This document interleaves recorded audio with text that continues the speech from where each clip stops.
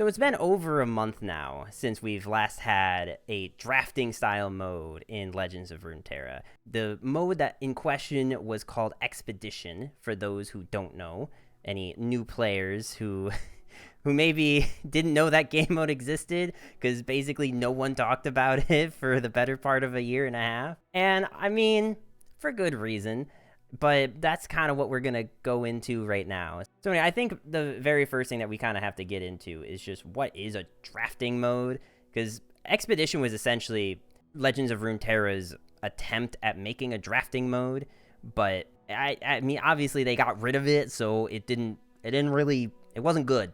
It just wasn't good. A drafting mode is essentially supposed to be where you take a random set of cards, you present it to a player, they pick one of the selection of cards, and then they pass it on and get a new set. If you have played other TCGs like Magic the Gathering, Yu-Gi-Oh!, and I'm sure every other card game under the sun has done this, it's usually in a set where you take 2 or 3 packs of cards, you open one of those packs up, and it's, somewhere in the realm of 7 to 12 cards, depending on the game. You take one of those cards, you pass it to the person next to you, and then you get another pile that someone else had taken cards from, and you're going to look through those, and you're just going to keep repeating that. When you've gone through all those cards, open the second pack, repeat the pattern, open third pack, you get the idea. So in paper card games, that makes a lot of sense, because you don't have to own any cards going into it, which is one of the biggest barriers of entry for any paper card game,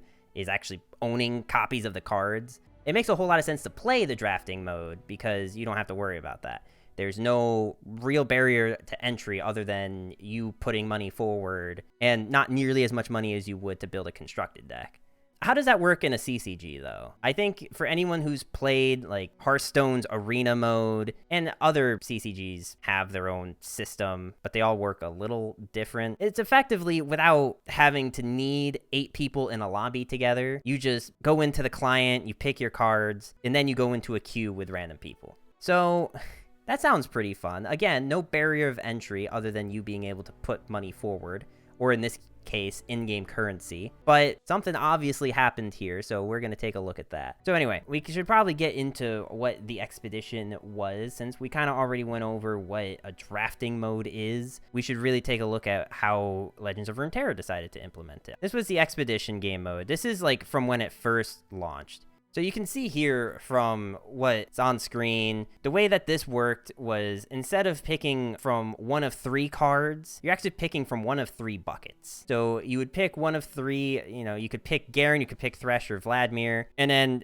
they're going kind of fast here. But yeah, so you've got these buckets. They all had like their unique names, like, the Callista package all had something that had to do with Ancient Evil. Fiora all had stuff to do with Suit Up. And so right now what we're looking at is one champ with 2 followers and maybe a spell. As Expedition progressed, there were more buckets you could choose from, and there was a lot more mixing and matching that you could do. The other nice thing about Expedition that I haven't mentioned is that in Expedition you could mix regions. You didn't have to be in the 2 region limit. You didn't have to be in the 3 copies of each card limit. You could run 6 or 7 different copies of a card if you really wanted to, so long as they gave you the options to. And that's pretty common in most CCGs. Like Hearthstone has that same rule. What they tried to do was they tried to make these buckets accommodate different deck archetypes. You can see here, after you've chosen your champs, like right here, we've got Jinx and we've got Darius. Your first 2 pack of 15 were all focused on your champs, just which 2 champs were you going to take. And then the game tried to take that information from what buckets you picked. I don't even know if buckets is the correct word,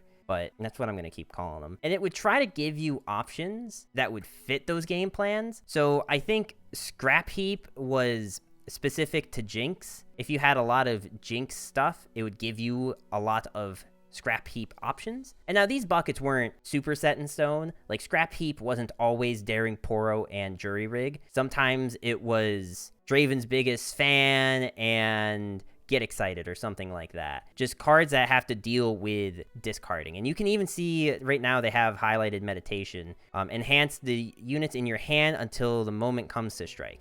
Like, so that was basically the gist of what they were trying to do. From a certain level of card game play, that makes sense. You want to build a deck that has some kind of synergy, right? Like, there's no reason to just take a random pile of cards and let the deck builder hit random pick new cards, right? So another thing, in between certain rounds, you actually got the ability to swap certain cards out. So on this screen that we're looking at right here, your deck is on the left, what the shopkeeper has is on the right, and you can pick one of these and swap it for what the shopkeeper has. And then you can also skip the trade if you really just like your deck as is. And I think this kind of captures a segment of TCG drafting where you might want to sideboard certain cards. In most TCG drafting formats, they are best of 3. So it gives you a chance to take some of the cards that you drafted but didn't put in the deck initially and put them in your deck now because maybe you've learned your opponent's deck is way more aggro based than you were expecting. But in this game mode, having the ability to swap cards is nice, but it ultimately doesn't fix the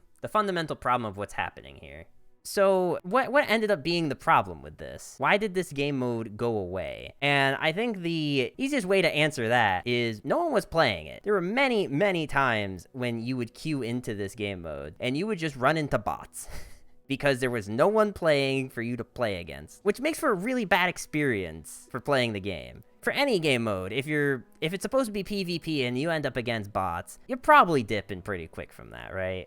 It doesn't bode well for any PvP style game. But like, why weren't people playing it? So they eventually ended up putting out a Sunsetting Expeditions game update.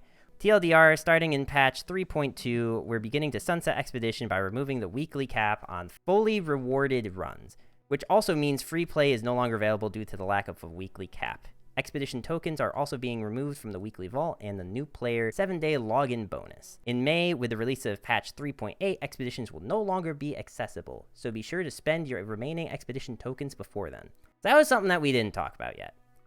With the Expedition mode, you could only do 3 runs a day. And once you finish those 3 runs, you no longer got any rewards for it. You got nothing for it. They were basically just for fun. And you were also playing against people that were doing it for fun. Like, it just didn't feel good to play. You got pretty good benefits when you did your first 3 runs. But, like, after that, you just get nothing. Like, I'm only going to play it 3 times a week. And then I'm done. Why are we capping my enjoyment? You know, like that. I think that was one of the key issues with why people weren't wanting to play it.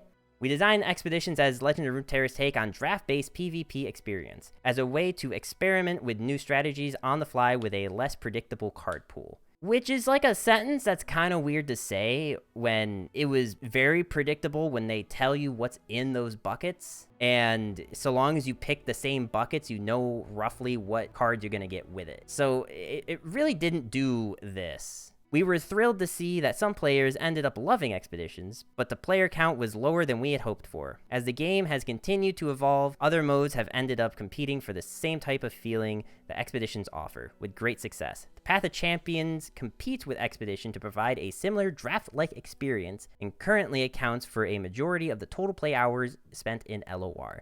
While ranked PvP provides a competitive landscape for players to flex their skills and creativity in deck building. Now, we already talked about this segment here on how Path of Champions had accounted for most of the playtime spent in LoR. That was in our previous video. Link in the description on that one. You should definitely go check it out. But so essentially what they're saying here in this first paragraph is no one was playing it, and we have another drafting game mode that people really like. There's no reason for us to keep supporting and making changes to this one when this other one is so much better. At least that's the Riot explanation for it. We still think there's room in Legends of Runeterra for a competitive draft experience, but it's become clear that Expeditions isn't it. So as of patch 3.8 in May, we're removing Expeditions to make room for the resources and creative space we need so that we can reimagine a truly compelling competitive draft experience in the future. Right now, though, our resources are focused in other areas like Path of Champions and future expansions, so we likely won't have another update on this until next year. Until then, there's still time to get more Expedition runs in before the mode's removal. Draft buckets are being added for new champions added in A Curious Journey, and I think the rest of this we probably don't need to talk about. But that is something I didn't quite touch on when we were talking about the what exactly is the drafting mode. We did talk about the like specifics on how to draft, but we didn't really talk about the actual what happens when you're drafting.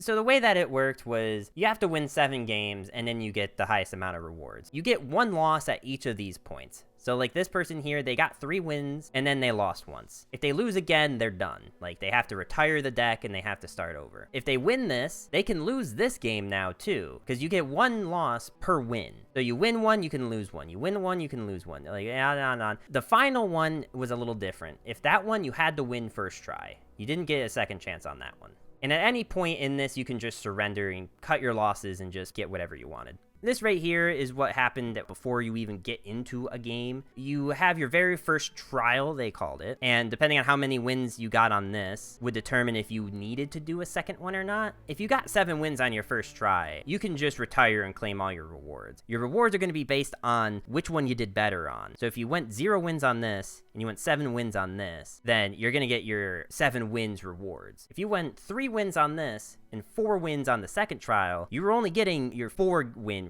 rewards. You were not getting like 3 wins and 4 wins. It was not taking them together. It was only giving you the best of what you had. It kind of baffles me that they thought this was a good idea. I guess with the way that Legends of Runeterra was heading at this time, they were going into this monetization model of having it be mostly free to play. Like it's very easy to get rewards in the game. And that's true to all the way up to today. It's very easy to get into the game without spending any money. Seeing that it was so hard to get any kind of value out of Expedition, if you imagine that on average a game of Runeterra probably goes to turn 8, you're probably looking at close to like 15-20 minutes average for a game length, and you have to do that at least 7 times to get your 7 wins, and that's not including the drafting segment. You're investing a lot of time into this, and then if you like completely flop on your first one and you go for the second one, then like sure, you can make up for that lost time, but you can only do that 3 times a week.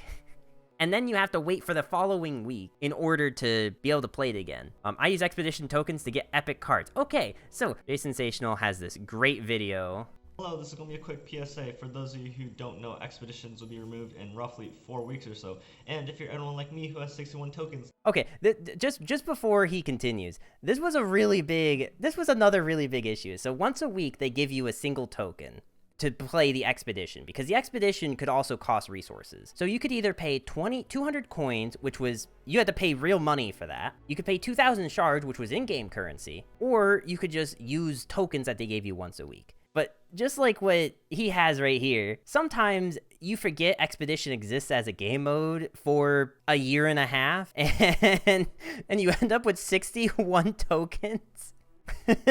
Which was, I think I also had this same problem for a while. The easy way to fix this problem is exactly what he's going to show you in this video right now. Each of these tokens can be redeemed for an epic capsule, so be sure to not miss out on this. To do it very quickly, it tells you to begin trial. Nope. Did you see what happened? You have this nice screen here. Now that you've like claimed your token, you can begin your trial and you can go through the drafting process. Or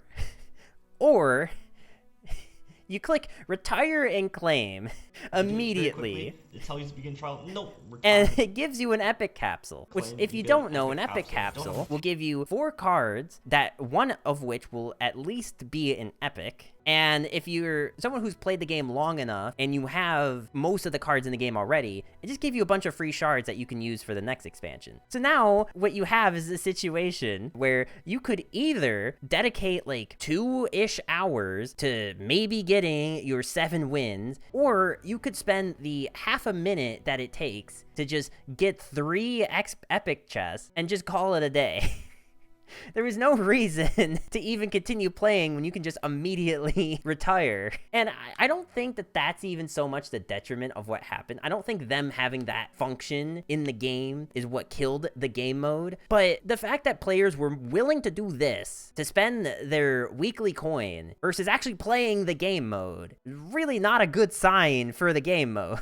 To be fair to Riot, when you have a game that's as free-to-play friendly as Legends of Runeterra is, maybe it makes sense to cap some people at how many rewards they can get because otherwise you're just going to have people just steamrolling over other people with how many cards they can get. This is kind of in contrast to other games, like Hearthstone has their arena. Arena, to my knowledge, has not have any limit on how many times you can play it a day. If you're good, you can keep getting rewarded. I think you have to go 12 wins before it caps you at wins, and then you get like your big bonus. Usually, if you get 12 wins, you get enough to be able to play again. It made it at least, like, rewarding to play. Legends of Runeterra, that just wasn't a thing. Okay, it was sort of a thing in the sense that you could get enough rewards to be able to just re-enter it, but you can only do that 3 times a week. And so the reward system was pretty awful, but we haven't really talked about what fundamentally happened with the game mode. And it kind of comes back to what we talked about at the beginning, where they have these buckets. I keep calling them.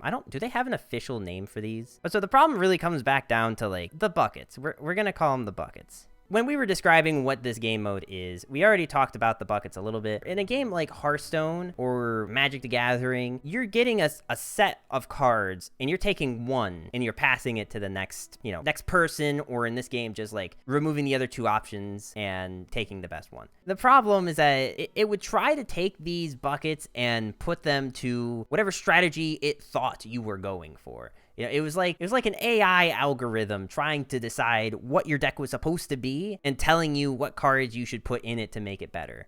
There's an extent to where that's fine. Like in Hearthstone, to my knowledge, it will see that you're on one strat and give you a card that can work for that strategy, and then the other 2 are kind of random. Someone correct me if I'm wrong on that. Let's just, for example, say that you picked on your first thing, you picked a mech card. The game will see, oh, they have a mech. Let's give them another mech and see if they want to keep going for mechs. So if you pick, mech number 2, it will give you an option for another mech. Like it's not like every time you pick mech, it's going to give you another mech, but it has some balance of like, we can see that you're trying to go for a strategy, but it wasn't too restricting. It's not like every option became secrets. In Legends of Runeterra, there were instances where you would see scrap heap in every single one of your options. Runeterra has always had this issue where they almost don't give the player enough freedom. And that's not just for Expedition. That's like most of their game modes. The tutorial, for example. We spoke about this a little bit in the last video. The tutorial is historically pretty awful because, the first 4 games, sure, they're great. They teach you how to play. That's awesome. But then they take you on this like 40-minute journey on how to get into Path of Champions. But you can't not play Path of Champions. They totally get rid of your ability to explore for the first 40 minutes of the game minimum. I would say that kind of starts to get outside of the scope of this video, but if you guys want to see me talk about why I think the tutorial system sucks, also let me know about that in the comments down below. And I mean, while you're at it, you might as well just hit that subscribe button. I mean, it's big, it's red, it's sitting right there. And I mean, there's this button too. Like, if you know, you know, and you probably know, because I'm gonna tell you, it's the like button. Hit it. Hit the like button. To my knowledge, Path of Champions didn't even tell you how to play if you're in the tutorial. It just kind of shoves you in there. And that's not really good for like player freedom and player expression. You can't go and do whatever you want as soon as you download the game. And that kind of extends to what we're looking at in this. Like, this doesn't really give you any freedom. You can, like, maybe if you're on Jinx, you can pick meditation instead of scrap heap. But now the algorithm's going to think you just want meditation stuff and just start only giving you those. They really didn't give you the freedom to just have a very, like, open-ended deck. And to kind of understand why that could be a problem, I think we should really talk about drafting in general. I want to just really quickly talk about drafting in other games. Now, this is the bread method. If you're a professional drafter or just really like drafting in general, there's going to be other methods for the best way to draft, but this is the easiest one to explain. So we're going to talk about this one. And if you have some other theory for doing drafting, then feel free to leave it in the comments down below. I'd love to hear it. So bread is an acronym, stands for bomb, removal, evasion, aggro. I've also heard people call this anything else. And then a dud, or also sometimes referred to as dirt or don't play. I've heard a few different dreg. I haven't heard that one, but I've heard a few different things for some of these, but the general concept concept is always the same. A bomb is going to be a card with significant power. You know, it's like your thing that if they can't take care of it, it's going to go off. You know, it's going to just pop off. It's going to win you the game. Pretty simple one to understand. Removal is a card in which removes a threat. So, you know, effectively either looking at removing bombs or removing something from the other two really depends on what cards are given to you. The next one is evasion. The best equivalent for Runeterra would be cards with elusive, maybe overwhelm, depending on what kind of strat you're going for. A card is considered an elusive pick if it has a chance of getting past natural defenses by your opponent. Examples including spells that can't be countered or creatures with abilities like fly or protection that prohibit them from being blocked. Aggro, card that plays aggressively but quickly and without much other strategy wears down your opponent's life total or defending creatures. So finally, we have a dud, or the do not plays, the dirt. A card that is generally not worth playing either because its mana cost is too high for whatever benefit it gives, or because the benefit it gives isn't particularly advantageous. So keep in mind that these were not like, you need all of these. These were like, to my understanding, this was the priority of picking cards. You should get your bombs, you should get removals. If you have both of those and you're good to go,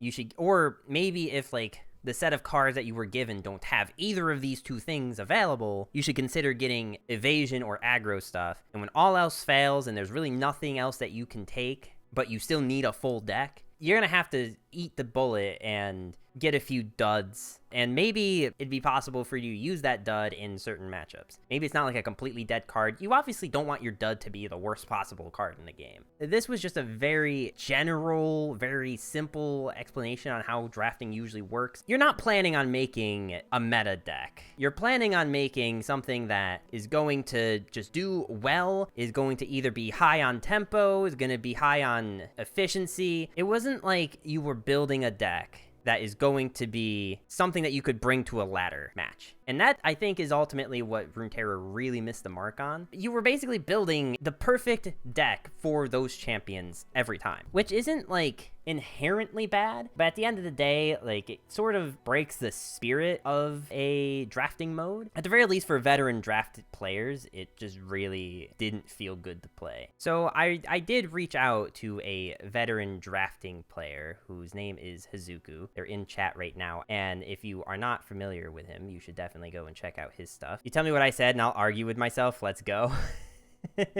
Anyway, when I reached out to Hazuku, I asked him specifically, I was planning on making a video going over what went wrong with Expedition mode, and since I know that he's a very skilled draft player, I wanted his thoughts. So he said that it'd be too simple to just say it's one thing or another, but one of the outstanding reasons that it failed was that the point of draft is to pick your own stuff, not piece together pre-made decks. Skill ceiling for something like that is substantially lower. The average win rate is the same, but the ceiling and floor are brought closer to the middle. There are fewer chances to mess up and fewer chances to excel. At the top end, it becomes a question of who plays X deck better rather than who built and played their deck better. And that's not what draft is supposed to be about. It's a very good point. If the game mode is based around deck building, that is the whole point of it. The reason people play drafting is to show their prowess as a deck builder, being able to take a pool of cards, say these 40 are the best ones in here, and then being able to bring that into a competitive format and win. That is the essence of a draft mode. That is what makes something like that fun. When you take away the skill expression from a player, it sort of starts to lose meaning. And I think that for a lot of competitive constructive players, they're really used to just taking meta decks and maybe like swapping out some tech options. That's not to say that they're not a good deck builder, but the skill ceiling for a meta format in constructed is definitely different than something in draft mode. If a drafting set is out for long enough, people will min-max it, but it makes it harder to be consistent, which means that you really need to pick the best of what you got. You're not going to be able to make that same deck every time regardless, which is definitely a difference from meta, where you can always bring the exact same deck every game, maybe change out like 2 or 3 options, but you're always going to be playing against something different. The only nice thing that Expedition did was for a brand new player who doesn't have enough of a collection, it gives you time to learn new cards. And that's basically all it was good for. We've talked a lot about what Runeterra did wrong with Expedition. We haven't really talked about what would make it better. Because Riot did mention, so this was a whole post that they made about wanting to make Path of Champions even better than it was before. We have this little sentence right here. We're excited to keep expanding Path of Champions and celebrate 2.0's release since we know a bunch of players love it. But the teams working on the mode and traditional PvP content, new expansions, live balance, a future draft mode, etc., are largely separate. We've kind of got a hint in this sentence that there is a traditional PvP content team who is working on things, but they hint at a future draft mode. I really hope that they learn their lessons from what they did with Expedition. I hope that they can take whatever feedback they did get from players and actually make it a fun and compelling drafting mode. I think that there's hope that they could make a new draft mode. So now, what would that look like? What would a new drafting mode that's actually good for the game look like? I think first and foremost, there needs to be like no cap on rewards, but I think when you put a cap on something like that, people are playing things for a reason, right? So if there's no reward for the thing, there's no reason to play it. You know, ranked, your reward is your rank. You get higher rank, you get more rewards at the end of the season. Or you get bragging rights if you can get up to Masters, and if you can get even higher than that, then you have the option to compete in Seasonal. Really just depends on how seriously you take the game. A ranked draft mode, I think, would be a very good... Like, if they want to cap how many rewards you can get from doing draft, then I think putting in like some kind of rank would be fun. They need something like that. They need something that has inherent value, that is not just... you get rewards once a week for it. So what kind of things could they add? I think the first and foremost thing is get rid of the stupid bucket system. It's a really cool idea, and I think it works well in a single-player environment like Path of Champions. Having the most broken, busted thing possible is actually really fun and enjoyable. You know, in a system where you're playing against people, taking away the main drive to play a game mode. Really just, I don't know, like you're trying to recreate the wheel, and I don't think that's ever worked out for anyone who has, you know, tried to recreate the wheel. So, conclusion, expeditions were not rewarding. They were not rewarding on your skill. They were not rewarding in what you get out of the time spent. They took away what was fun about draft modes. They could probably make it better. I think that if they want to make a better drafting mode, they add some reward that is not tied to time frame or amount of games played. I think a ranked draft mode would be fun. I don't think they'll do it. Sorry, I'm being realistic. I just don't see it. But there needs to be a reason to play the game mode. And I think that they need to remove the buckets. The buckets, like, we don't need the buckets. We can just do what normal draft modes do. I'm not saying that we don't need a, like, algorithm to kind of help build what you want, but it shouldn't be pushing you in one direction. It should be picking up your breadcrumbs and saying, oh, well, I see that you liked this. How about this? Like, it should be suggesting stuff. It should not be forcing you in one direction. And I really don't know if there's anything else that I could say, but it'd be really cool if there was an option of being like, oh, okay, well, how about we do a draft that is all singleton? Like, you will not get the same card twice. Or maybe there's a draft mode that's, okay, well, you know what? There are no options for epics or champs. You can only get commons and rares. So yeah, anyway, that's pretty much all of my thoughts on what happened with Expedition and why it failed.